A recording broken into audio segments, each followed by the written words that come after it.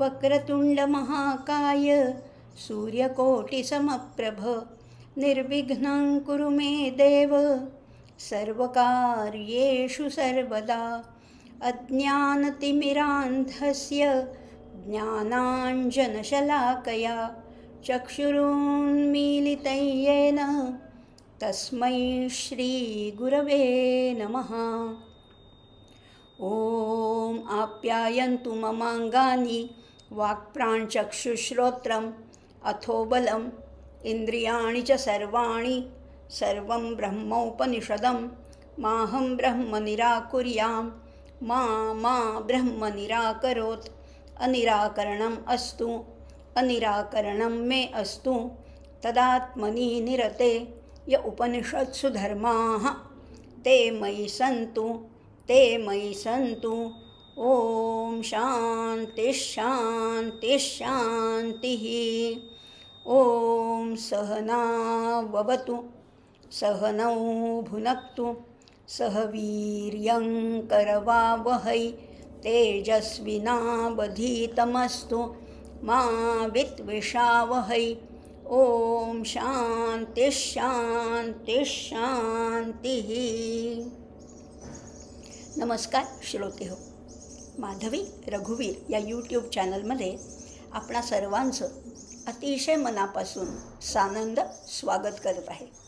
वेदांत वैभव या उपक्रमाच्या माध्यमातून आपण दर सोमवारी भेटतो आहे रात्री 8 वाजता आणि नवनवीन उपनिषदांचा परिचय करून घेतो आहे, तोंड ओळख करून घेतो आहे, ज्याच्यातून आपली जिज्ञासा वाढते, आणखीन उत्सुकता वाढते। या उपनिषदांचा मुळापासून अभ्यास करण्याची एक ओढ वाटायला लागली आहे आणि हेच आपलं उद्दिष्ट आहे। या उपक्रमाचं उद्दिष्टच मुळी हे आहे की त्या उपनिषदाविषयी अधिक आस्था वाटायला हवी, कारण उपनिषद ही आपल्या ऋषीमुनींनी आपल्याला दिलेली एक मोठी देणगी, एक फार मोठं वरदान आहे। त्यांनी जो आत्म्याचा शोध घेण्याचा जो प्रयत्न केला, आत्मज्ञान आहे, आत्मविद्या आहे, आत्मशोध आहे, आणि ते सर्व ज्ञान ह्या उपनिषदांमधनं त्यांनी कथन केलेलं आहे।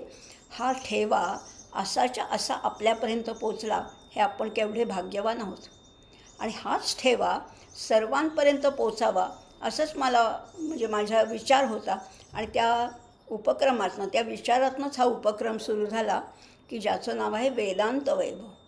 आणि उपनिषद त्याचा अभ्यास करून आपल्याला काही सर्टिफिकेट मिळवायचं नाही आहे, आपल्याला कोणतं बक्षीस मिळवायचं नाही आहे, आपल्याला कुठे पदवी कुठली प्राप्त होणार नाही आहे, तर आपल्यामध्ये बदल होणार आहे।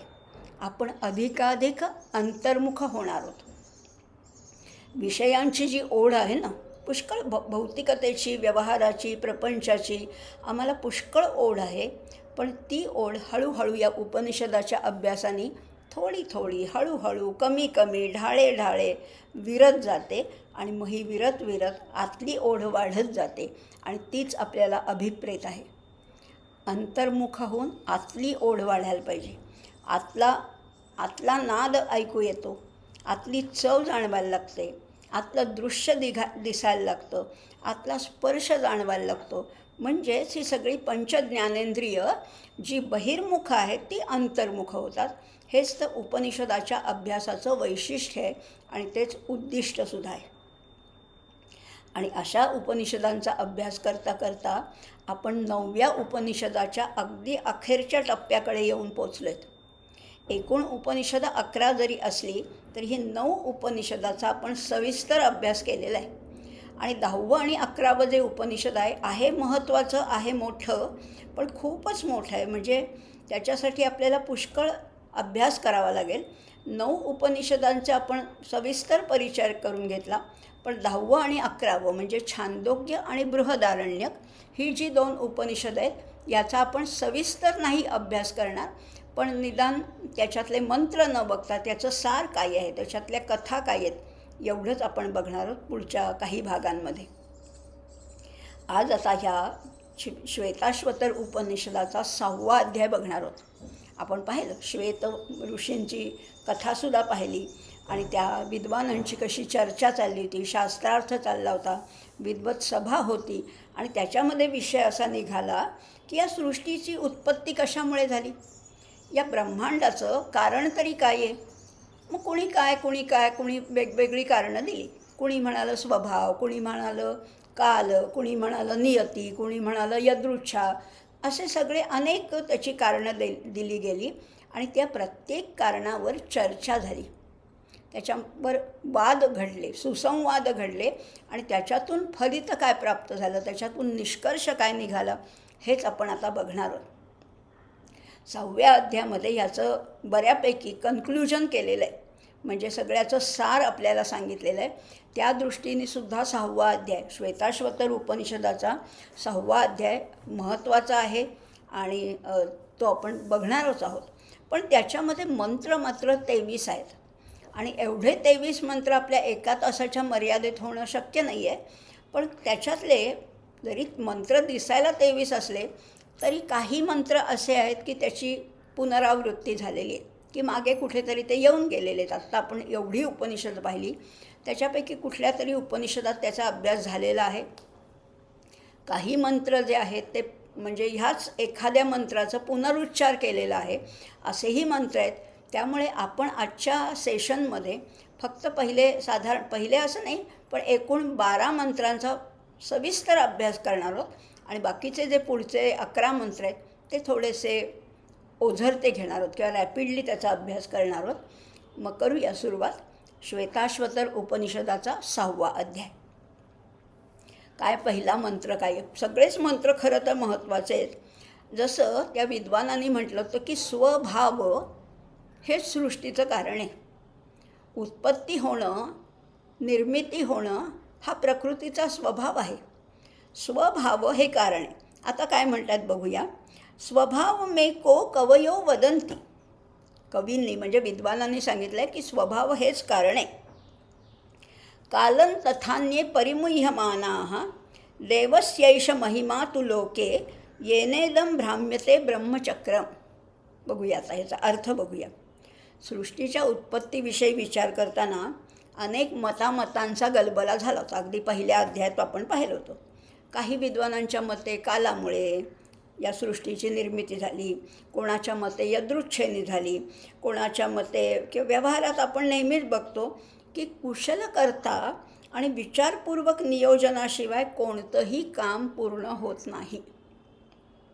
अगदी रोजच्या व्यवहारातलं आपलं उदाहरण आहे की तुमच्याकडे पैसा आहे, तुमच्याकडे सामग्री आहे म्हणून तुमचं काम यशस्वी होईल अशी खात्री देता येत नाही.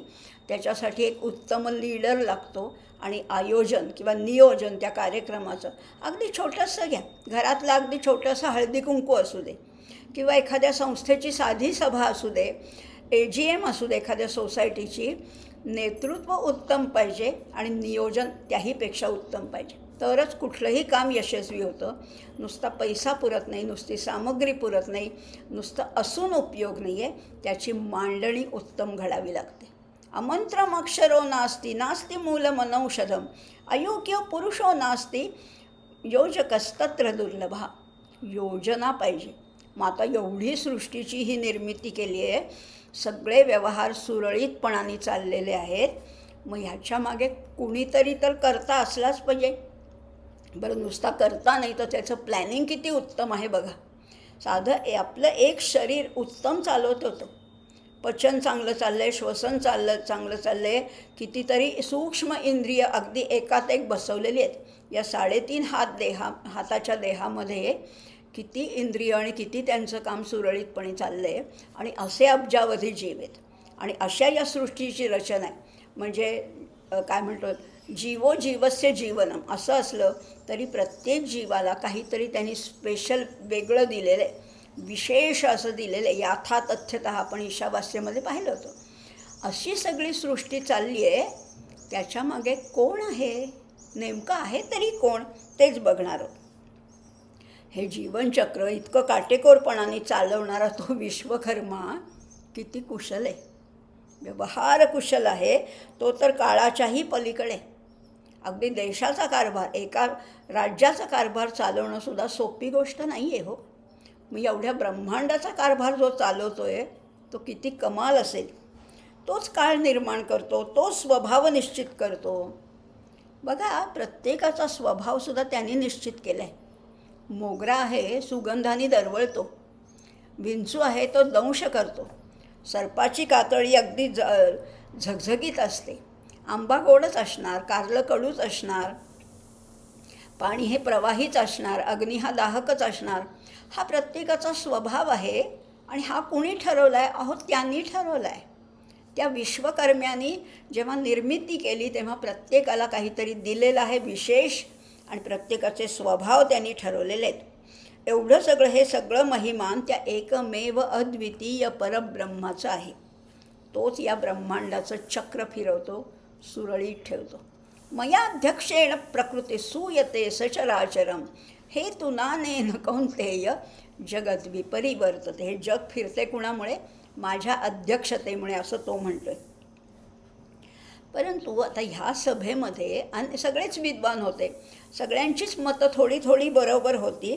आणि मग त्याच्यात सगळं बरोबर, काही गोष्टी मान्य केल्या गेल्या आणि काही गोष्टींचं खंडन केलं गेलं. म्हणजे काळाचे दोन प्रकार आहे, क्षयकाल आहे, अक्षयकाल आहे. स्वभाव कसा आहे? तो स्वभाव हे शेवटी कारण ठरलं. कारण बघा, आंब्याची कोय लागली तर आंब्याचंच झाड येणार, कारल्याचं बी लावलं तर कारल्याचंच वेल येणार. म्हणजे स्वभावानुसार वृक्ष बनतो. किंवा कोंबडीला कोंबडीचीच पिल्लं होणार, कोल्ह्याला कोल्ह्याचीच पिल्लं होणार, कुत्र्याला कुत्र्याचीच पिल्लं होणार. जसा स्वभाव आहे तशी पुढची निर्मिती घडत असते. आणि काळ म्हटलं तरी तो कशापासून तरी मोजतात ना. इतकी वर्ष झाली, किंवा मला ह्या घरात येऊन 3 वर्ष झाली, किंवा माझं लग्न होऊन 30 वर्ष झाली, असं आपण काहीतरी बोलत असतो. मग हा काळ कशापासनं तरी मोजतो. म्हणजे त्याला शतक आहेत. किंवा समर्थांचा जन्म 17व्या शतकात झाला होता, शिवाजी महाराज केव्हा होऊन गेले, चंद्रगुप्त मौर्य कधी आहे, आर्यचाण, हे सगळं आपण शतकानुसार, सहस्रकानुसार, काल, मागच्या वर्षी, गेल्या आठवड्यात, असं आपल्या प्रत्येक काळाला मर्यादा आहेत. किंवा मागच्या पावसाळ्यात असं झालं होतं, असं आपण काहीतरी बोलत असतो. म्हणजेच काळाला मर्यादा आहेत. पण तो कसा आहे? तो अमर्याद आहे.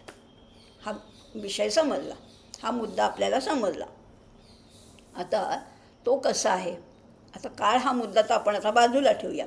येनावृतं नित्यमिदं हि सर्वं ज्ञः कालकालो गुणी सर्व विद्यः तेनेशितं कर्म विवर्ततेह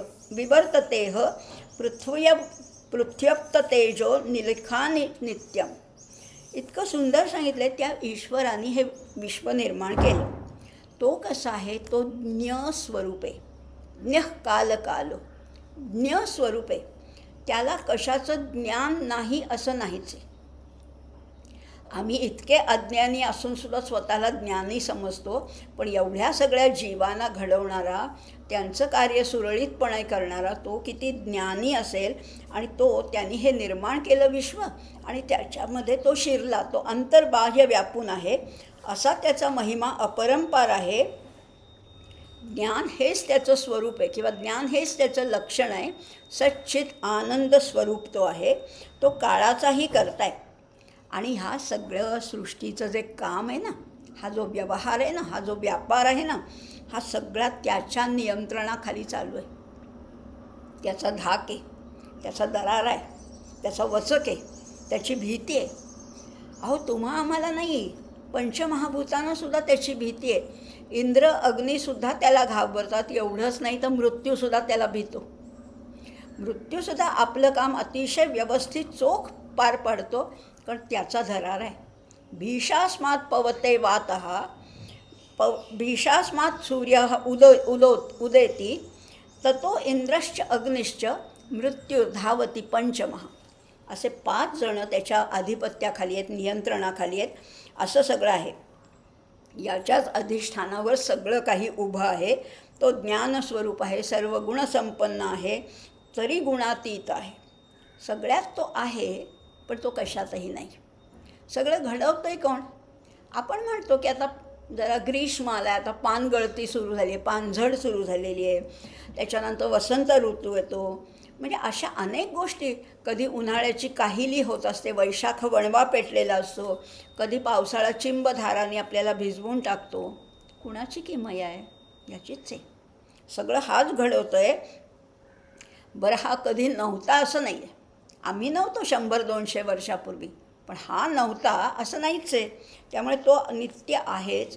या अनित्य आणि विभक्त जगात राहणारा तो मात्र नित्य आहे आणि तो मात्र अविभक्त आहे.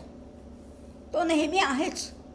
तुम्ही असा किंवा नसा, ही सृष्टी असो किंवा नसो, हा हिमालय, ही गंगा असेल नसेल, पण तो आहेच. तो आहेच. आणि ह्या सृष्टीतली गोष्ट, प्रत्येक गोष्ट परिपूर्ण आहे. याथातथ्यता आपण पाहिलं होतं. वाघ सिंहांना चमकणारे डोळे दिलेत, कारण त्यांना रात्री शिकार करायची असते ना, त्यामुळे त्यांचे डोळे कसे आहेत, चमकदार आहेत. किंवा विंचवाला दंश दिलेला आहे, हरणाला किंवा सस्याला चपळपणा दिला आहे, जिराफाला उंच मान दिलेली आहे. प्रत्येकाला काही ना काहीतरी त्याने दिलं आहे. प्रत्येकाला काहीतरी दिलं आहे. पण प्रत्येक वस्तूवर काळाचा प्रभाव आहे आणि काळावर ह्याचा प्रभाव आहे. लक्षात घ्या, काळावर ह्याचा प्रभाव आहे. हा अव्यक्त काळ सूर्यामुळे व्यक्त झाला. दिवस रात्र काळ आपण मोजतो, त्या पृथ्वीची कक्षा, ग्रह, तारे, नक्षत्र, हे सगळं जे आहे हे ऋत आहे. हे युनिव्हर्सल ट्रूथ आहे. अशा या भेदयुक्त जगामध्ये तो मात्र अभेद आहे. त्याच्यामध्ये बदल नाही, त्याच्यामध्ये अंतर नाही, असा तो आहे. आता त्याला कसं जाणायचं? वारंवार आपण बघतोय, पण आम्ही काही अजून त्याच्यापर्यंत पोचू शकत नाही.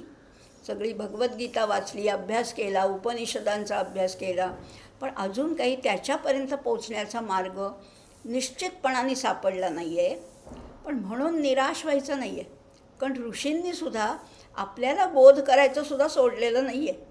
ऋषी म्हटला, तुम्हाला अनेक मार्ग सांगतो, अनेक मार्ग तुम्हाला दाखवतो मी. काय काय मार्ग आहेत ऋषींनी सांगितलेले? अहो, ज्ञानयोग आहे, कर्मयोग आहे, भक्तियोग आहे. कोणत्याही मार्गाने जा, असं आपल्याला इतक्या आपुलकीने, इतक्या तळमळीने संत सांगतायत, ऋषी सांगतायत. आता हा तिसरा जो मंत्र आहे त्याच्यामध्ये ज्ञानयोग सांगितला आहे. बघूया कसा सांगितला आहे तो. तत्कर्म कृत्वा विनिवर्त्य भूय स्तवस्य तत्वेन समेत्य योगम एकेन द्वाभ्याम त्रिभिरष्टभिर्वा कालेन चैनात्म गुणैश्च सूक्ष्मैः. एका बघा आता 1, 2 आणि 3 आणि 8 अशा ह्याच्या संख्या त्यांनी सांगितलेल्या आहेत. म्हणजे या सृष्टीची, या त्रैलोक्याची निर्मिती करून त्या सगळ्यांवर शासन करणारा तो मात्र सगळ्यात आहे, पण सगळ्यापासून अलिप्त आहे. या सृष्टीच्या निर्मितीसाठी काहीतरी घटक लागले ना, काहीतरी सामग्री लागली ना, काहीतरी द्रव्य लागलं. ती म्हणजे काळ आणि सूक्ष्म असे आत्मगुण म्हणजे त्रिगुण, सत्व रज तम, ह्या सगळ्याचं मिसळ करून त्यांनी हे सगळी सृष्टी बनवलेली. त्यांनी काय केलं, जडतत्वाचा चैतन्य तत्वाशी संयोग घडवून आणलेला आहे. म्हणून इथे म्हणलेलं आहे तत्वस्य तत्वेन समेत्य योगम. समेत्य म्हणजे संगम केला आहे, मिलाफ केलेला आहे. आणि त्यापासून त्यांनी 4 प्रकारच्या योनी निर्माण केल्या.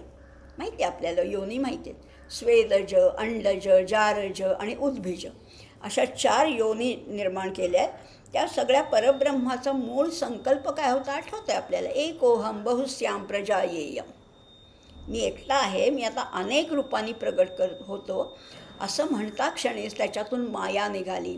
मग त्या मायेमध्ये त्रिगुण साम्यावस्थेत होते. मग साम्यावस्थेतनं ते विषमावस्थेत गेले, तेव्हा गुणक्षोभिणी माया आहे, प्रकृती पुरुष आहे, शिवशक्ती आहे, अशा सगळ्याची निर्मिती झाली. जेव्हा निर्मिती झाली तेव्हा हालचाल झाली आणि मग त्याच्यातनं हे गुणक्षोभिणी माया, प्रकृती पुरुष प्रगटली. आता बघा, इच्छा करणं हा चेतनाचा स्वभाव असल्यामुळे त्यालासुद्धा ही नानात्वाची इच्छा झाली आणि त्याच्यातनंही त्रिगुणात्मक अव्यक्त निर्माण झाले. आता माया निर्मिती हे पहिलं कर्म आहे, त्यातून विविधता आणि मग जडवस्तूंनी हे सगळं विश्व सजलं आहे. या सगळ्या आपण ज्या बघतोय त्या सगळ्या वस्तू आहेत, त्या जड वस्तू आहेत. अगदी सगळ्या म्हणजे सगळ्या. जे जे यद्यद दृष्टम तत्तत नष्टम, ते सगळं जड आहे. आणि या जडाला चालवणारा आहे तो मात्र चैतन्य आहे. याच्यामध्ये 4 गोष्टींचा उल्लेख केला आहे. एकेन द्वाभ्याम त्रिभिरष्टभिर्वा. 1 आहे, 2 आहे, 3 आहे आणि 8 आहे. 1 काय आहे तर तो एकमेव अद्वितीय, एकमेव, एकटा आहे, 1 झालं. 2 काय आहे, प्रकृती आणि पुरुष हे 2 आहेत. मग 3 काय आहे? 3 म्हणजे त्रिगुण आहेत. सत्व, रज, तम आणि 8 काय आहे? या सगळ्याचा काला केला आहे, याच्या सगळ्याची मिसळ केली आहे आणि अष्टधा प्रकृती त्यांनी निर्माण केली आहे आणि म्हणून हे 8 आहे. आता त्याच्याशी एकरूपता आम्हाला साधायची झाली तर कशी साधता येते? फक्त गुरुवरच्या श्रद्धेने आणि ज्ञानाने त्याला आपण शोधू शकतो. आणि त्याच्या जोडीला अभ्यास पाहिजे, वैराग्य पाहिजे. हे सगळं एक एक गोष्टी त्याच्यामध्ये अभिप्रेत आहेत, अध्यारूत आहेत. नुसतंच आम्ही आता अभ्यास करून त्याला जाणू असं नाही. अभ्यास वाढवायचा आणि वैराग्याने एक भोग लालसा एक कमी करायला जायचं. आपल्याला गीतेत माहिती आहे, अभ्यासेन तु कौंतेय वैराग्येण च गृह्यते असं सांगितलं होतं. आणि मग परमात्म्याची भक्ती करणं, त्याच्याशी तद्रूप होणं ही जीवाची स्वाभाविक ओढ आहे. हा जीवाचा स्वाभाविक कल आहे. आणि हा कल जसजसा वाढत जातो तसं सर्वांविषयी प्रीती, कळवळा, प्रेम वाटायला लागतं. सर्व भूतहिते रताः. आणि मग हळूहळू आपल्याला या स्थूलाकडनं सूक्ष्माकडे जायचे, सगुणाकडनं निर्गुणाकडे जायचे, संकुचिताकडनं व्यापकाकडे जायचे. आणि मग अशा रीतीने आपल्याला हळूहळू, म्हणजे आपण पाहतोय अगदी भगवद्गीतेत सुद्धा पाहिलं, विषादाकडनं आपण प्रसादापर्यंत पोचलो की नाही. पहिल्या अध्यायात विषाद होता, 18व्या अध्यायात प्रसाद होता. जडाकडनं चैतन्याकडे असं करत करत आपण त्या निर्गुण तत्वापर्यंत पोचायचं आहे. आणि त्याच्यासाठी हा ज्ञानमार्ग, हा 3रा मंत्र सांगितला आहे. मग आता हा 3ऱ्या मंत्रासाठी ज्ञान पाहिजे, बुद्धिमत्ता पाहिजे, गुरूंचं सामिप्य पाहिजे.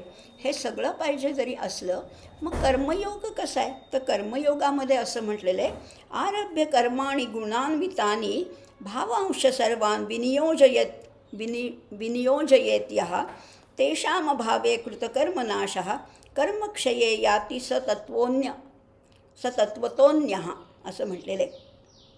आता हे सगळं झालं, ज्ञान झालं. आपली कर्तव्य कर्म पार पाडण्यासाठी तो त्रिगुणाचा उपयोग करू लागला. म्हणजे त्यांनीच असे हे आखून दिलेलं आहे की सत्वगुण आहे, सत्वगुणाचं जेव्हा आधिक्य होतं, प्राबल्य होतं, तेव्हा ज्ञानप्राप्तीकडे ओढ वाटायला लागते. कर्म करण्यासाठी रजोगुण आवश्यक आहे आणि विश्रांती घेण्यासाठी तमोगुणसुद्धा आवश्यक आहे. जीवाला हे त्रिगुण चिकटलेलेच आहेत याची त्याला जाणीव असते. तो त्याच्या आहारी जात नाही, पण त्यांच्यावर त्याचं नियंत्रण आहे, सगळ्यावर त्याचं नियंत्रण आहे.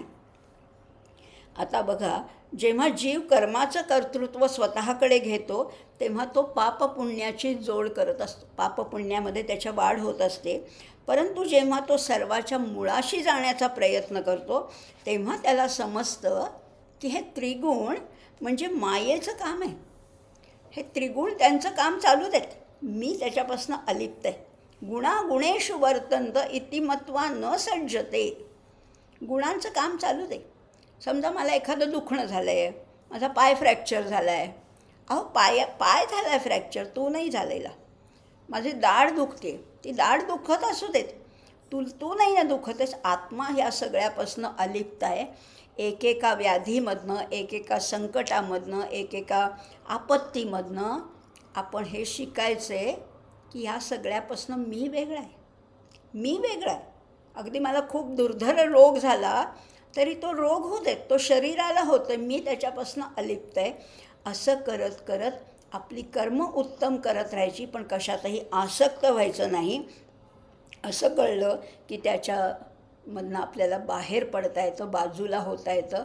आणि मग अशी अलिप्तता आली, असं वैराग्य अंगी बांधलं, त्यातला अभ्यासाची जोड मिळाली की कर्म पण उत्तम रीतीने होऊ लागतात असंही आहे. त्यामुळे इथे म्हणलेले गुणान्वितानी, फार सुंदर शब्द वापरलेत. गुणान्वित म्हणजे काय आहे? गृहस्थानी पुष्कळ कर्म करावी, सत्कर्म, अर्थातच सत्कर्म करावी. दोषयुक्त कर्म मात्र कधीच करू नये, निषिद्ध कर्म मात्र कधीच करायची नाही. मग आता सत्कर्म करत गेलं तर त्या सत्कर्माने काय होतं तर 3 परिणाम साधतात. काय परिणाम साधतात बघा, आपण थोडी टेक्निकल भाषा आहे, तांत्रिक परिभाषा आहे, पण समजावून घेऊया. आपल्याला उपनिषदाच्या माध्यमातून हेच तर जाणून घ्यायचं आहे. अगदीच सोपं नाही आहे, थोडं कठीणाकडे जाऊया ना. हीनांगपूर्ती. कर्माने काय होतं? हीनांगपूर्ती म्हणजे आपल्यातलं न्यून आहे ना, ज्या त्रुटी आहेत माझ्यामध्ये, जे दुर्गुण आहेत ते हळूहळू बाजूला करायचे. हीन अंगपूर्ती म्हणजे हीन गोष्टी बाजूला करायच्या. दुसरं आहे दोषापनयन, मळ धुवून टाकायचं आहे. माझ्या अंतःकरणात पुष्कळ होते पूर्वी मद, मत्सर, द्वेष, ईर्ष्या, अभिप्सा, पुष्कळ काय काय होतं. पण आता ते सगळे धुवून टाकायचे. आणि गुणाधान, तिसरा महत्त्वाचा परिणाम आहे की सद्गुणांची वृद्धी करायची. बघा, माझ्यातले जे दोष आहेत, स्वभावतः जे दोष होते ते काढून टाकले. माझ्यातला जो मळ होता तो काढून टाकला. आणि आता काय करायचे? गुणाधान, आवश्यक ते गुण वाढवायचेच. म्हणजे एकाग्रता किंवा स्थिर बुद्धी किंवा शांत एकाच ठिकाणी बसणं, भावसंशुद्धी, नामस्मरण, असे गुण वाढवत गेले तर त्याची प्राप्ती निश्चितच होणार आहे. आणि विनियोग, शेवटी सांगितलं आहे विनियोग. फार सुंदर शब्द वापरला आहे. विनियोग काय म्हटलं आहे बघा, कालेन चैनात्मगुणैश्च सूक्ष्मैः. इथे म्हटलेलं आहे ह्या सगळ्याचा विनियोग म्हणजे सगळे भाव त्या परमेश्वराच्या ठिकाणी जोडून टाकायचे. कुठलाही भाव तुमच्या मनात येऊ दे तो परमेश्वराला अर्पण करायचे. वात्सल्य भाव असू दे, प्रेमभाव असू दे, अजिंक्यतेचा भाव असू दे, कुठलाही भाव आला तरी तो परमेश्वराला अर्पण करायचा आहे. आणि लोभ धरायचा असला तर फक्त परमेश्वराचाच लोभ धरायचा आहे, भौतिक गोष्टींचा नको. आता मग या आसक्त मना पार्थ, आसक्ती टाका असं भगवंत सांगतायत. पण जर का ठेवायचीच असेल तर माझ्या ठिकाणी आसक्ती ठेवा असं करायचं आहे.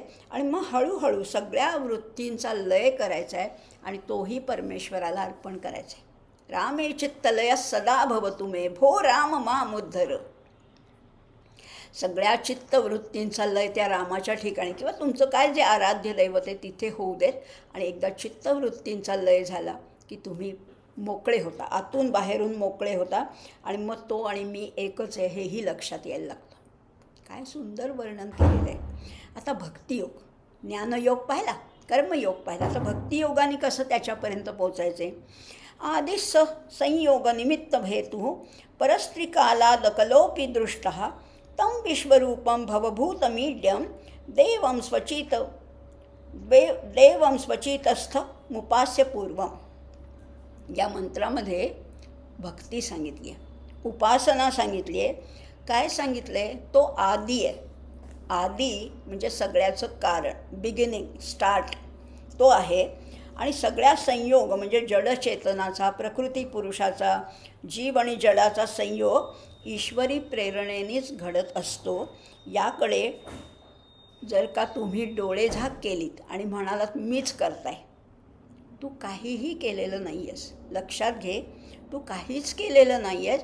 तुला जर का बुद्धी मिळाली असेल, एखादा शोध लावला असेल, एखादा शास्त्रज्ञ, जितकं आपलं ज्ञान परिपक्व होत जातं तितके हे शास्त्रज्ञसुद्धा नतमस्तक होतात.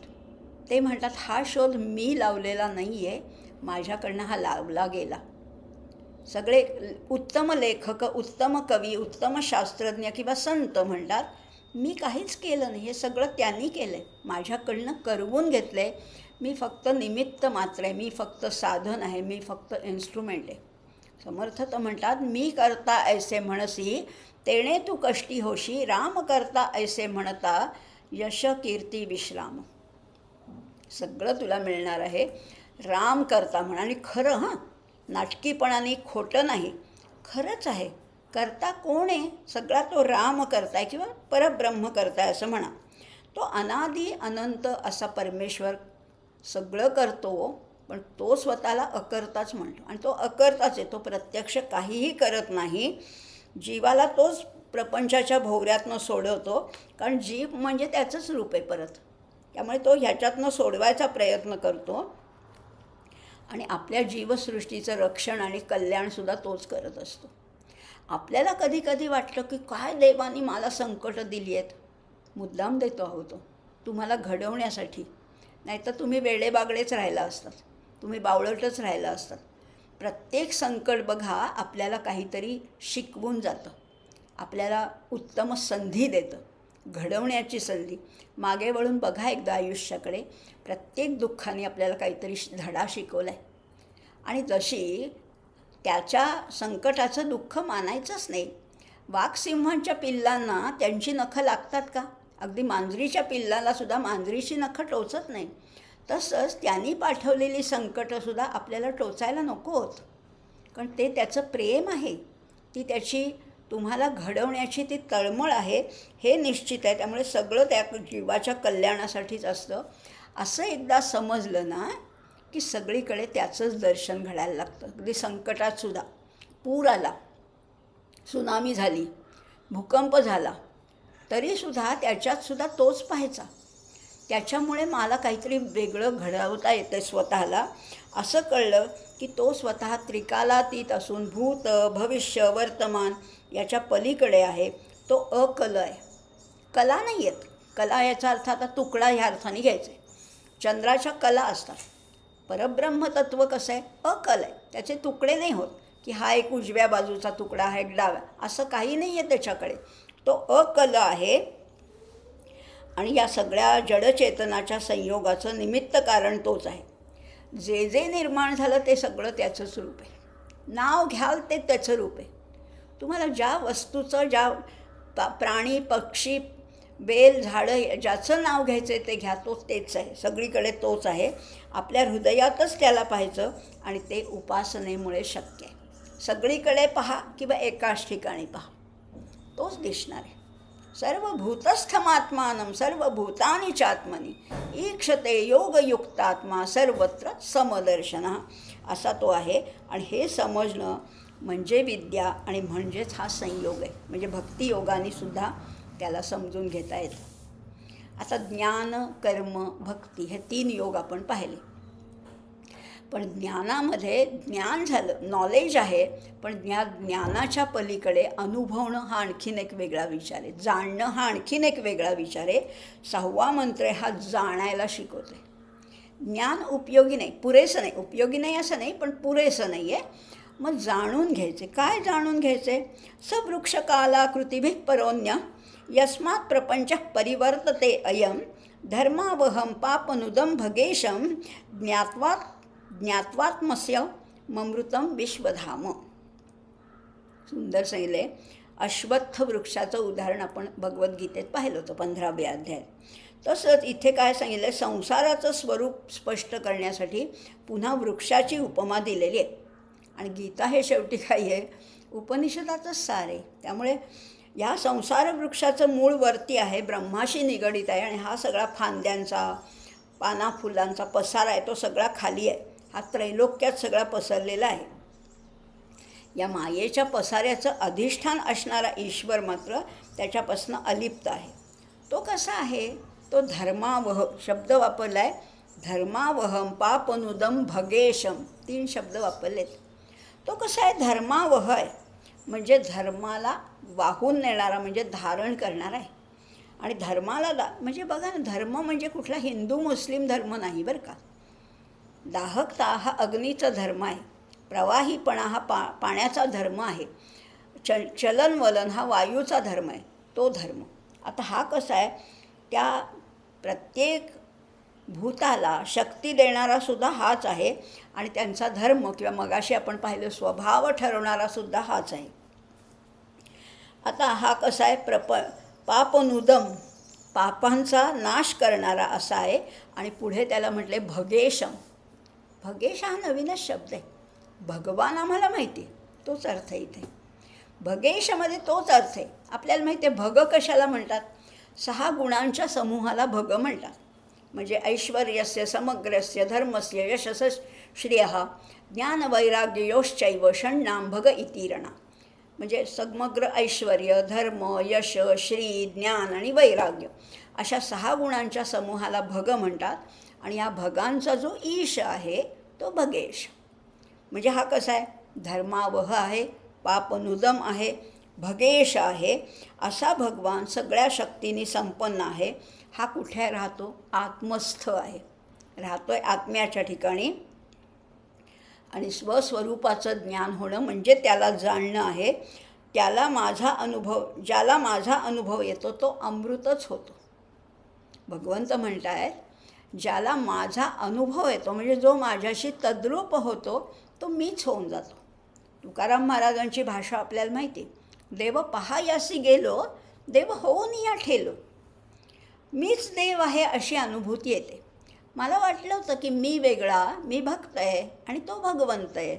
त्याला पाहावं म्हणून मी गेलो खरं त्याच्याजवळ, त्यांनी मला त्याच्यात सामावूनच घेतलं, मीच देव झालो. असं जर आहे, हा धर्मावह आहे, धर्माची प्राप्ती करून देणारा आहे.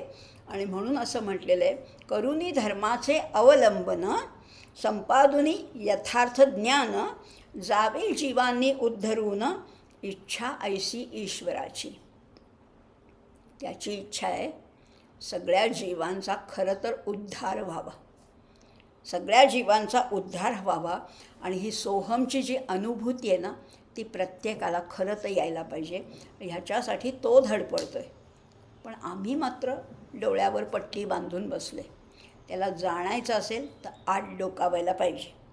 आता जाणूनसुद्धा उपयोगी नाही आहे, त्याला अनुभवायचे, त्याच्यामध्ये अगदी एकरूप व्हायचे. म्हणून 7वा मंत्र सांगतोय, तमीश्वराणाम तमीश्वराणाम परमं महेश्वरं तं देवतानां परमंच दैवतं पतिं पतीनां परमं परस्तात् विदाम देवं भुवनेशमीड्यम. काही शब्द ओळखीचे आहेत, काही नवीन आहेत. साधक जसजशी प्रगती करायला लागतो, क्रमाक्रमाने हळूहळू शनैशनै आणि परमेश्वराशी एकरूप होतो. 2-3 ह्याचे मार्ग आहेत. हळूहळू क्रममुक्ती असं म्हटलेलं आहे, सायुज्यमुक्ती आहे किंवा सद्योमुक्ती असंही त्याचं एक वर्णन आहे, की चटकन एका क्षणात मुक्ती होते. आता ही जी हळूहळू जी मुक्ती होते ही अंतिम अवस्था आहे. आणि तेव्हा तिथे अनुभूती कशाची येते? ईश्वराची नाही तर महेश्वराची.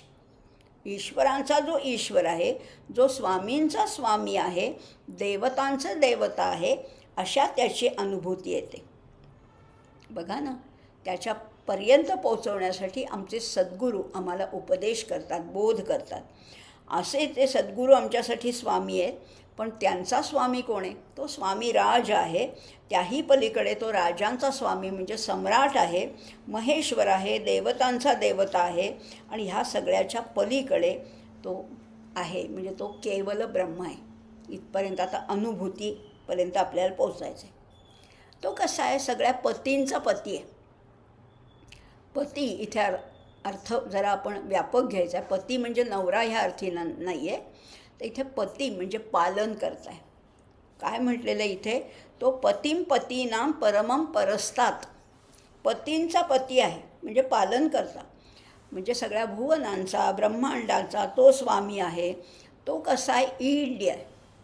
नवीन शब्द नाही, आपल्याला एकदा आपण वापरलेला आहे हा शब्द. ईड्य याचा अर्थ आहे पूजनीय, आदरणीय, किंवा अगदी इंग्लिशमध्ये सांगितलं तर जास्त समजेल, ॲडोरेबल येतो. ईड्य. पूजा कुणाची करावी? फक्त त्याची पूजनीय असं आहे. त्याला अनुभवणं म्हणजे त्याच्याशी एकरूप होणं. त्याच्याशी एकरूप झालं की वेगळेपणा शिल्लकच राहत नाही, विरून जातो. अद्वैताचीच अनुभूती येते. त्यामुळे 14 भुवन, 14 ब्रह्मांड, या प्रत्येक ब्रह्मांडाचे ब्रह्मा, विष्णू, महेश आहेत. परंतु महेश्वर हा सगळ्यांचा एक आहे. सगळ्या देवता तुम्ही कुठल्याही म्हणा, अगदी गणपती घ्या, शंकर घ्या, विष्णू घ्या, विठोबा घ्या, दत्त घ्या, देवी घ्या, या सगळ्यांचा देव मोठा कोण आहे? तो महेश्वर. म्हणजे शंकर नाही, महेश्वर म्हणजे परब्रह्म, परमात्मतत्व आहे. आणि मग त्याला काय करायचं आहे? विदामहा, त्याला जाणून घेऊया असं याच्यात म्हटलेलं आहे. त्याचा अनुभव घेऊया. जाणणंच्या पलीकडे अनुभव घेणं आहे. समजा तुम्हाला अगदी श्रीखंड दाखवलं, कळलं आम्हाला हे श्रीखंड आहे, पण जेव्हा चव बघतो तेव्हा त्याचा अनुभव येतो. त्यामुळे जाणण्याच्या पलीकडची अवस्था आहे अनुभव घेणं. त्यांनीच हा वेगवेगळ्या देवता निर्माण केलेल्या आहेत. आमच्या शरीरातसुद्धा अनेक देवता आहेत. डोळ्यांची देवता आहे सूर्य, कानांची देवता आहे दिशा, जिव्हेची आहे अग्नी, हातांची देवता आहे इंद्र. अशा त्यांनी निर्माण केलं आहे. म्हणजेच त्यांनी त्या विभागाचं आधिपत्य त्या त्या देवतेकडे सोपवलेलं आहे. पण ह्या सगळ्यांचा पुन्हा अधिपती हाच आहे. कळला आता 7वा मंत्र अनुभवणे हाही कळला. आता पुढे म्हणतायत न तस्य कार्यं करणंच विद्यते न तत्समश्चाभ्यधिकश्च दृश्यते परास्य शक्तिर्विविधैव श्रूयते स्वाभाविकी ज्ञानबलक्रियाच. काय सुंदर आहे तो. कसा आहे न तस्य कार्यं करणं न विद्यते. त्याचं कार्य दिसतंय का? हे सगळं त्याचंच कार्य आहे पण तो दिसत नाही आहे. बरं त्याची साधनं दिसत आहेत का?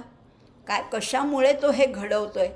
बरं त्याला अवयव तरी आहेत का? त्याला नाक डोळे, परब्रह्माचं नाक कसं आहे, डोळे कसे आहेत, हात किती आहेत, काही माहिती नाही आहे.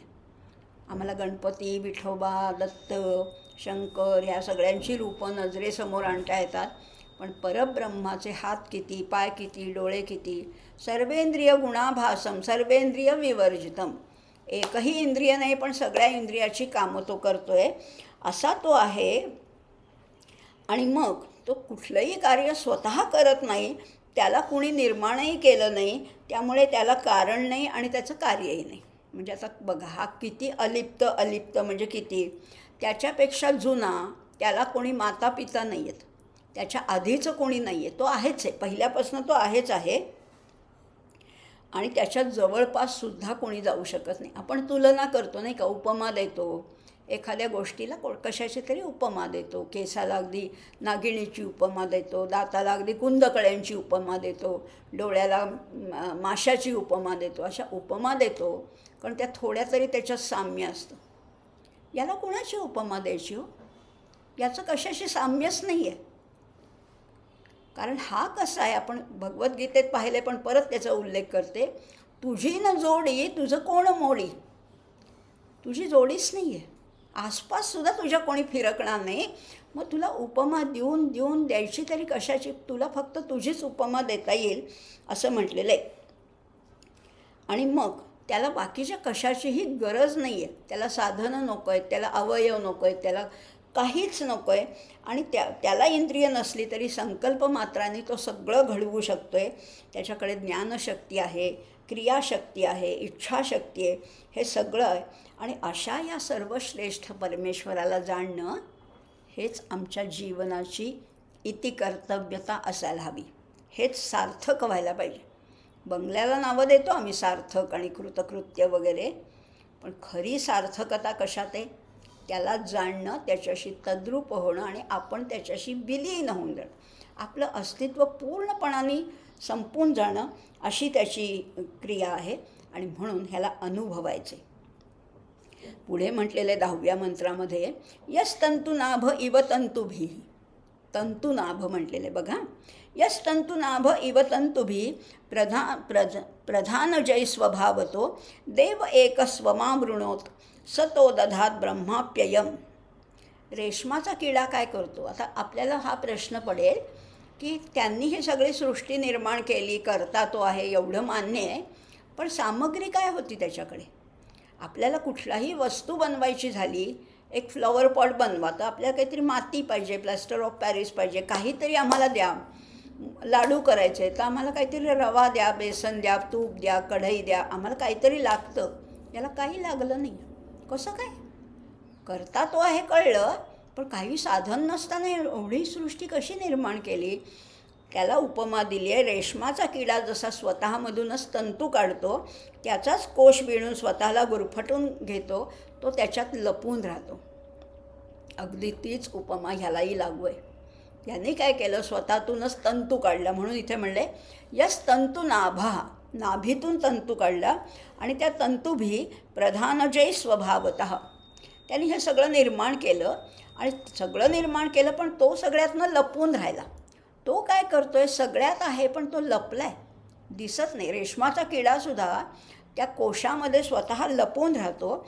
त्याचप्रमाणे परब्रह्माने या स्वतःमधनं प्रकृती निर्माण केली आहे आणि तिच्यापासून निर्माण झालेल्या 3 गुणांनी त्यांनी स्वतःला झाकून घेतले. आणि त्याला शब्द वापरला आहे प्रधानज. प्रधान म्हणजेच प्रकृती आहे. त्याला शोधण्याचं, जाणण्याचं आमचे प्रयत्न कमी पडतात, तेव्हा त्याचीच मदत आम्हाला घ्यावी लागते. आम्ही आमच्या प्रयत्नांनी सगळं मी तमोगुण बाजूला काढीन, रजोगुण काढीन, सत्वगुणसुद्धा काढीन, शुद्ध सत्वगुणामध्ये राहून मी त्याला शोधीन असा मी खूप निश्चय केला. काही उपयोग नाही, पण माझ्या हातातच नाही आहे, माझं तेवढं कर्तृत्वच नाही आहे. मग त्यालाच शरण जायचं, त्यालाच प्रार्थना करायची आहे की तूच आम्हाला ह्या आमच्या मोहजालातनं, या भौतिक विश्वातनं बाजूला कर आणि आम्हाला तुझ्यापर्यंत येऊ देत. त्याच्या कृपेशिवाय त्याच्याशी एकरूप होताच येणार नाही. आणि म्हणून हा शब्द इथे वापरला आहे, प्रधान जै. प्रकर्षाने धीयते सर्वम अस्मिन इति प्रधानम. प्रकर्षाने ज्याच्यामध्ये सगळं ठेवलं जातं, सगळ्याची बीजं त्याच्यात त्यांनी ठेवलेली आहेत. कुठे ठेवली आहेत? लपवून ठेवली आहेत का? आंब्यामध्ये आंब्याचं बी आहे ना, अगदी काय म्हणतात, उमरामध्ये उमराचं बी आहे, कढीलिंबामध्ये कढीलिंबाचं बी आहे. प्रत्येक झाडामध्ये त्याचं बी त्यांनी ठेवलेलंच आहे. त्यामुळे त्या कोळ्याप्रमाणे त्यांनी हे सगळं जाळं काय विणलं, त्या चेतनाची प्रचिती आली की हा सगळा भास मावळून जातो आणि मग मात्र सगळीकडे त्याचं दर्शन व्हायला लागतं. आम्ही जडात वावरतो तोपर्यंत तो भेटत नाही. पण एकदा जड आपल्या अंतश्चक्षुनी जड बाजूला केलं की फक्त चैतन्य दिसतं, म्हणजे फक्त तो दिसतो. आणि म्हणूनच म्हटलेलं ना, हा विश्वाचा जो आभास आहे ना, तो मावळून जायला पाहिजे. मावळवीत विश्वाभासू नवल उदेला चंडांशू. तो चंड म्हणजे तो सूर्य उगवायला पाहिजे. कुठला? ज्ञानाचा सूर्य. आणि ज्ञान म्हणजे कुठलं? आत्मज्ञान. आत्मज्ञानाचा सूर्य उगवला की हे सगळं भोवतालचं जग तुमच्यासाठी असून नसल्यासारखं होतं. जग संपत नाही, जग इतरांना असंच दिसत राहतं. पण जे संत असतात त्यांच्यासाठी हे जग नाहीच, सगळीकडे केवळ परब्रह्म भरून राहिला असा साक्षात्कार होतो. न तस्य कश्चित पतिरस्ति लोके न चेशिता नैव च तस्य लिंगम सकारणं करणाधिपाधिपो न चास्य कश्चित जनिता न चाधिपः. आता काय त्याचं वर्णन करता येत नाही हे कळलं तरी पुन्हा ते केल्याशिवाय राहत नाही. कारण हे मायाच सगळं करवून घेत असली तरी तिचं महत्त्व मान्यच करायला पाहिजे. माया ही भ्रममय आहे, भ्रमयुक्त आहे. पण मायेशिवाय त्याला कसं काय? ही माया आपल्याला ह्या संसारात गुरफटवते, पण त्याच्यापर्यंत जायचं असेल तर हीच माया आपल्या कामी येते. मग आता त्या परब्रह्माला शोधायचं कसं? त्याचं लक्षण सांगता येत नाही. या दृश्य जगामध्ये त्याचा कोणी पती, त्याचा कोणी पालनकर्ता, त्याचा कोणी स्वामी, त्याच्यावर नियंत्रण ठेवणारा, त्याला शासन करणारा असं कोणी नाही आहे. बरं एवढंच काय की त्याला लिंग पण नाही आहे. न च ईशिता न च एव लिंगम. लिंग म्हणजे त्याचं लक्षण नाही. लिंग म्हणजे स्त्री पुरुष नाही, इथे लिंग म्हणजे लक्षणही नाही त्याचं नाही आहे. ज्याची ही लीला बघता बघता आपण चकित होतो, आनंदित होतो, हर्षविभोर होतो आणि मन इतकं भरून जातं ना, इतकं तृप्त होतं ना की मग त्याचं ओढ लागते की तो भेटायलाच पाहिजे, तो पाहायलाच पाहिजे, त्याचा अनुभव घ्यायला पाहिजे. त्याच्यावर नियंत्रण ठेवणारा कोणी नसला तरी आमच्या सगळ्यांवर नियंत्रण ठेवणारा तोच आहे. त्याच्यापासूनच हे विश्व बनलं आहे. तो सगळ्या अधिपतींचा अधिपती आहे आणि तो स्वतंत्र आहे. म्हणून त्याला जाणून घ्यायचं आहे. कसं? सकारणं करणाधिपाधिपो न चास्य कश्चित जनिता न चाधिपा. त्याला कोणी पालन करता नाही आहे. मग हा देव आहे कसा? आता शेवटी आपल्याला फायनल कन्क्लुजन सांगितलं आहे 11व्या आणि 12व्या मंत्रामध्ये. कसा आहे हा देव? आहे कसा? वर्णन करता येत नाही असं सारखं तुम्ही म्हणताय, पण काहीतरी होकारार्थी वर्णन करा ना. एको देव सर्वभूतेषु गूढा सर्वव्यापी सर्वभूतांतरात्मा कर्माध्यक्ष सर्वभूताधिवासा साक्षी चेता केवलो निर्गुणश्च. कसा आहे हा? एको देव. देव दीप्तिमान आहे, प्रकाशमान आहे, तेजस्वी आहे आणि एकमेव आहे. हा एकमेवाद्वितीय देव आहे. सर्वभूतेषु गूढा. सगळ्या भूतमात्रांमध्ये आहे. तो मुंगीमध्ये सुद्धा आहे, त्या किड्यामध्ये सुद्धा आहे, त्या अळीमध्ये सुद्धा आहे. सगळ्यात तो भरलेला आहे. सर्वभूतेषु गूढा. गूढ म्हणजे लपलाय, गुह गुहधातू आहे. सर्वव्यापी, सगळीकडे व्यापलेला आहे. सर्व भूतांतरात्मा, सगळ्यांच्या अंतरात्म्यात राहणार आहे. कर्माध्यक्ष, आपल्या हातनं जी कर्म होतात त्याचा करता करविता तोच आहे. कर्माचा अध्यक्ष तोच आहे. तूच करता आणि करविता, शरण तुला भगवंता. तुझी आश्वासे पान हलते, हर्षे तुझी या फूल फुलते. देह जळाळच गगनही उरते, रविचंद्राचा तू निर्माता, शरण तुला भगवंता. असं म्हटलंय ना. सगळा कर्माध्यक्ष तोच आहे. सर्व भूता अधिवासहा, तो तटस्थ आहे, सगळ्यांना चैतन्य पुरवणार आहे. साक्षी आहे, चेता आहे, केवल आहे, निर्गुण आहे. आता होकारार्थी वर्णन केले. असा नाही म्हटलं नाही आहे, असा आहे. आणि कसं आहे, त्याच्याशिवाय सगळं सार असार आहे. प्रकाश स्वतः अदृश्य राहून जगाला दृश्य करतो, त्याप्रमाणे त्या निर्गुण परमेश्वराच्या योगाने हे विश्व साकार होतं. आता आणखीन होकारार्थी वर्णन 12व्या मंत्रात केलं आहे. एको वशी निष्क्रियाणाम बहुनाम. वशी येतो, वशी, त्यामुळे तो वश करून घेणार आहे. निष्क्रियाणाम बहुनाम एकम बीजम बहुधा यः करोति तम आत्मस्थम ये अनुपश्यति धीराः तेषां सुखम शाश्वतं न इतरेषां. उपनिषदांचा आवडीचा शब्द आला, धीर. कोणाला जमतं ते? तम आत्मस्थम ये अनुपश्यति धीराः. त्या आत्मस्थ जो आहे, आतमध्ये राहणारा जो आहे, त्याला कोण पाहतं? धीराः.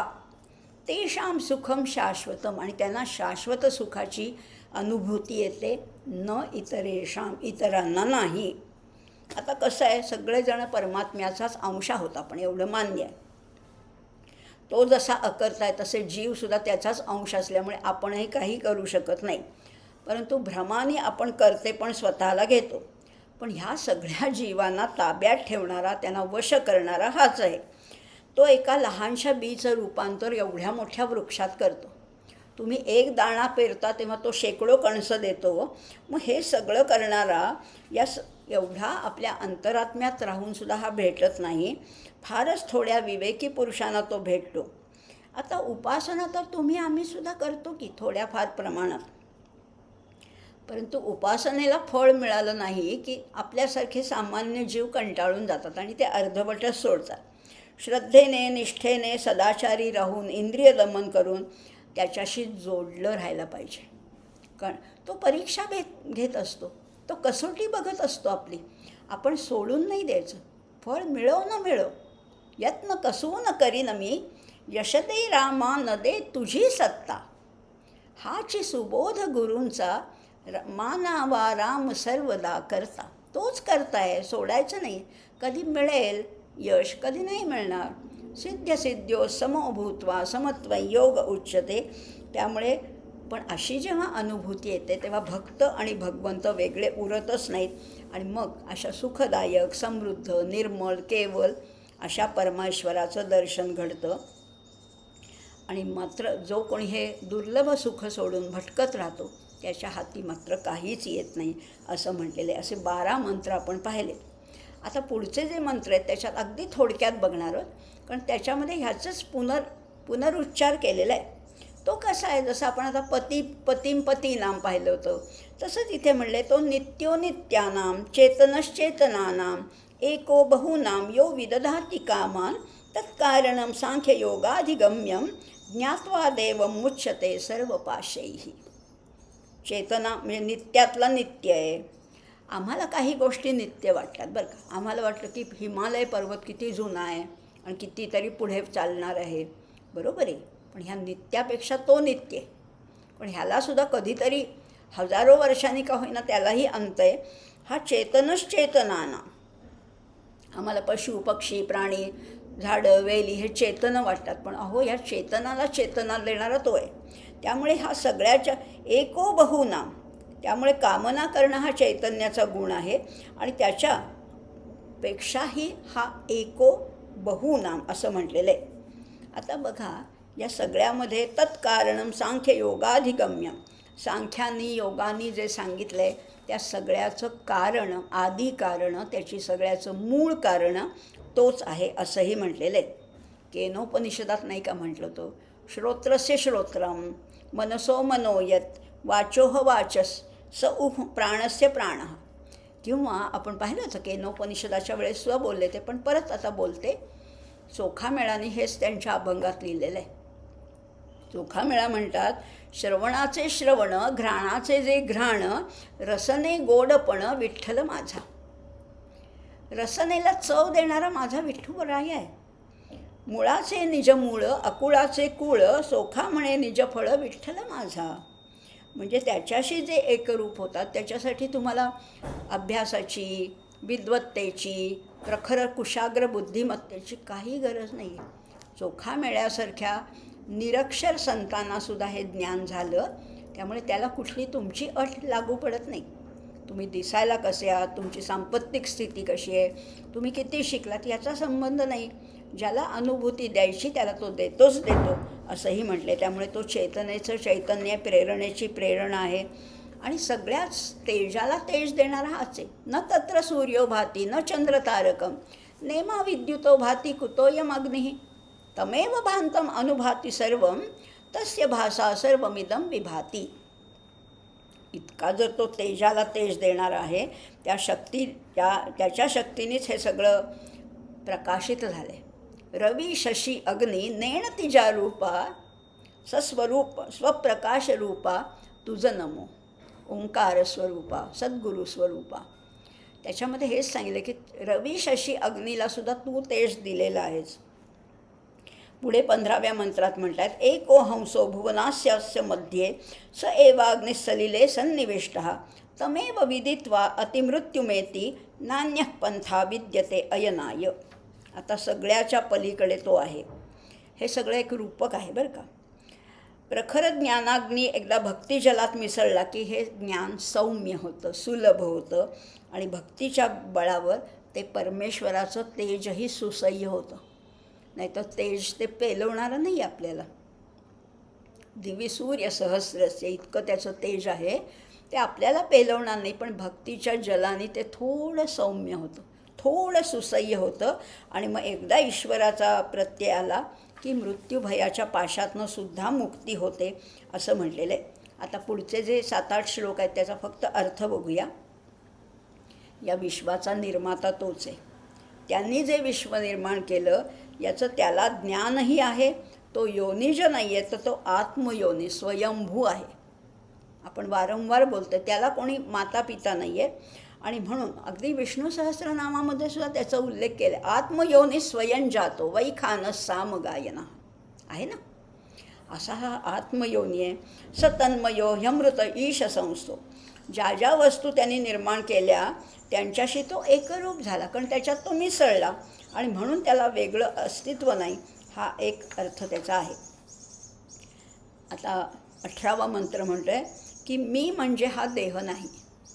मी देहाला सर्वस्व समजते. मला यातून मुक्त व्हायचं असेल, मोक्षाची इच्छा करणारा जर मला मुमुक्षू व्हायचं असेल, मी त्या परमेश्वराला शरण जायला हवं. तो असा देव आहे की आत्मज्ञानासाठी जी तेजस्वी बुद्धी लागते ना, तीसुद्धा देणारा तोच आहे. व्यवसायात्मिका निश्चयात्मिका बुद्धी देणारा तोच आहे. चेतसा नान्यगामिना असाही तोच आहे. बरं, त्याचं होकारानेही वर्णन करताय, एकदा नकारानेही करताय. पुढे म्हटलेलं आहे, निष्कलम निष्क्रियम शांतम निरवद्यम निरंजनम अमृतस्य परंसेतुम दग्धे इंधिनम दग्ध इंधनम इव अनलम. तो निष्क्रिय आहे, निष्कल आहे, शांत आहे, निरवद्य आहे, निरंजन आहे. निरंजन म्हणजे त्याला काजळी नाही आहे, कारण तो स्वयंप्रकाश आहे. प्रकाश बाहेरनं पुरवला तर काजळी येते. निरांजनाला, आमच्या समईला, आमच्या ट्यूबला काजळी धरते, कारण त्याला बाहेरनं सप्लाय. हा तसा नाही आहे, म्हणून हा निरंजन आहे. आणि मग दग्ध इंधनम इव अनलम. जणू काही अग्नीमध्ये इंधन जसं भस्मसात व्हावं तसं ह्याच्यामध्ये यथैधांसी समिद्धोग्निर्भस्मसात कुरुते अर्जुन. तसं ह्याच्यामध्ये अज्ञान हे औषधालासुद्धा शिल्लक राहत नाही. एकदा ज्ञान झालं की अज्ञान पळूनच जातं, निघूनच जातं. आता जसं म्हटलेलं आहे, आता पुढे 20व्या मंत्रामध्ये एक सुंदर उपमा दिली आहे बरं का. आकाशाला समजा वेष्टन घातलं, आकाशाला कव्हर घालायचं झालं, आकाशाला जर का कातड्याप्रमाणे लपेटून घेता आलं, आकाशाचं जर का वस्त्र बनवता आलं, तर त्या परमदेवाला न जाणताही दुःखाचा अंत होऊ शकेल, त्रिविध तापांचाही अंत होऊ शकेल. पण हे शक्य नाही ना, हे कठीण आहे. पण ते स्पष्टपणाने न सांगता इथे अलंकारिक पद्धतीने सांगितलं आहे. कारण आकाश हे सगळ्यात सूक्ष्म आहे, त्याला स्थूल रूप देणं अशक्य आहे आणि त्या आकाशापेक्षा तो सूक्ष्म आहे. पुढे म्हटलेलं आहे, आता ह्या सगळ्याचं आता कन्क्लुजन, शेवटचे 3 मंत्र हे सगळ्याचं सार सांगितलेलं आहे. काय म्हटलेलं आहे, आता श्वेताश्वतर ऋषींकडे परत जाऊया. आठवत आहेत आपल्याला श्वेताश्वतर ऋषी, ते त्या विद्वत सभेमध्ये गेले होते. मग श्वेताश्वतर ऋषींनी त्यांच्या तपाच्या प्रभावाने, भगवत कृपेने ते ब्रह्म जाणलं, त्या ब्रह्माची उपासना केली, ते जाणलं. आणि मग 4ही आश्रमांच्या जे पलीकडे गेलेत त्या परमहंसांना त्याचा उपदेश केला. या विद्वत सभेमध्ये अतिविद्वानसुद्धा होते, म्हणजे चांगल्या अर्थाने, की सगळ्या 4ही आश्रमाच्या, 4ही वर्णाच्या पलीकडे जे गेलेत अशा परमहंस योग्यांनासुद्धा या श्वेताश्वतर ऋषींनी उपदेश केला. आणि मग ह्या ऋषी समुदायांकडनं पुन्हा इतरांना तो उपदेश केला गेला आणि हा उपदेश सगळीकडे त्याचा प्रसार झाला. वेदांते परमं गुह्यं पुराकल्पे प्रचोदितं न प्रशांताय दातव्यं ना पुत्राय शिष्याय वा पुनः. जे अथर्व शीर्षात सांगितले, जे भगवद्गीतेत सांगितले, तेच पुन्हा इथे सांगितले. ह्या ज्ञानाचा प्रसार व्हायलाच पाहिजे. श्वेताश्वतर ऋषींनी त्या परमहंसांना सांगितलं, परमहंसांनी आपल्या शिष्यांना सांगितलं, शिष्याने आणखीन पुढच्या प्रशिष्यांना सांगितलं. अशा हा ज्ञानाचा प्रसार होत गेला. हे नक्की परमतत्व म्हणजे काय हे सगळ्यांपर्यंत पोचायला लागलं. पण एक अट आहे, अशी आहे की अनधिकारी व्यक्तीच्या हातात जर का हे ज्ञान पडलं तर त्याचा दुरुपयोग होऊ शकतो, इतरांना त्याच्यामुळे नुकसानसुद्धा पोचू शकतं. म्हणून ज्ञान देताना नेहमी पात्रता बघूनच ज्ञान द्यावं. आणि म्हणून इथे म्हटले, ना प्रशांताय दातव्यम ना पुत्राय न अशिष्याय न देयम. कुणालाच असं ते ज्ञान देऊ नये. आणि म्हणून नाहीतर मग पाप लागेल असं म्हटलेलं आहे. तुमचं ज्ञान तर व्यर्थ जाईलच, पण तुम्हाला पाप लागेल. म्हणून हा उपदेश करतानासुद्धा विचारपूर्वक करायचा आहे. आणि ज्या शिष्यांपर्यंत हा उपदेश पोचेल त्यांनीसुद्धा ते आत्मसात करायचे.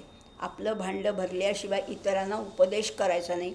अयोग्य व्यक्तींना जबरदस्तीने नाही किंवा पैशासाठी हा उपदेश कधीच करायचा नाही. ही विद्या विकायची नाही आहे, सेलेबल नाही आहे. उपनिषदाचा वर्ग घेऊन त्याचं जर का मूल्य तुम्ही घेतलं तर तेही त्याचंही पाप लागू शकतं. कारण ही विद्या तशी नाहीच आहे. यस्य देवे पराभक्तीर यथा देवे तथा गुरव. सुंदर सांगितलं आहे. तस्यैते कथिता ह्यर्थः प्रकाशन्ते महात्मनः प्रकाशन्ते महात्मनः. द्विरुक्ती आली की समाप्ती आली.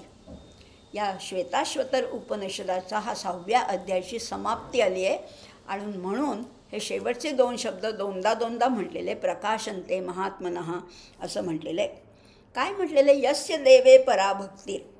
ज्याच्या हृदयामध्ये त्या परमदेवाबद्दल, परमात्मतत्वाबद्दल अतिशय श्रद्धा आहे, तशी श्रद्धा गुरूंवर सुद्धा आहे. यथा देवे तथा गुरव. गुरूंवर आहे, त्याच्या हृदयात हे ज्ञान प्रगटणार आहे. जितकी देवावर श्रद्धा आहे, देवाचं प्रतीक, देवाचं रूपक बनून जे आलेले गुरु आहेत त्यांच्यावरही तेवढीच श्रद्धा ठेवली तर कदाचित हे ज्ञान हृदयामध्ये प्रगटेल. आणि मग उपनिषदातले गूढार्थ त्याला समजायला लागतील. उपनिषद सहजासहजी समजणं कठीण आहे, कारण सगळं गूढ भाषा आहे, आर्ष भाषा आहे, समजत नाही. पण हे गूढ अर्थ हळूहळू समजायला लागतील. आणि ज्यांना कळतील ते कोरडे राहणारच नाहीत, ते वृक्ष राहणारच नाहीत, ते आचरणात आणायला लागतील. आपोआप आचरणात येऊ शकतील. कारण श्रद्धेशिवाय ज्ञानप्राप्ती नाही. श्रद्धावान लभते ज्ञानंत परस्तत्परसंयतेंद्रिया. म्हणून त्या परमतत्वावर, त्या निर्गुण दिसत नाही आहे पण त्याच्यावर श्रद्धा पाहिजे. ते आहे, ती शक्ती आहे.